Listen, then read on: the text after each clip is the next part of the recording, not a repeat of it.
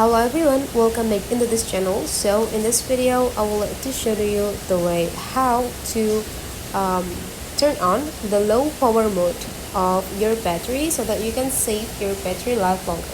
So you'll see here my battery is now 58%, but then I forget to bring my chargers, so I need to make them into the low power mode so that I can save a little bit more long time of the battery activity. So to turn on the low power mode is just go open your settings, and right after that go scrolling down until you find the battery, and right after that in the top side there will be two options: battery percentage and low power mode.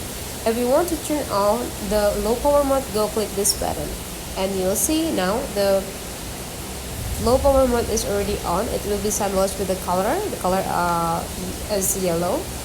So yeah, that is the way how to turn on the low power mode on iPhone. Hopefully this tutorial today is useful for you guys. So don't forget to leave some comment, like and subscribe into this channel. Turn on the notifications too to get more information about the iPhone, and I'll see you for the next tutorial.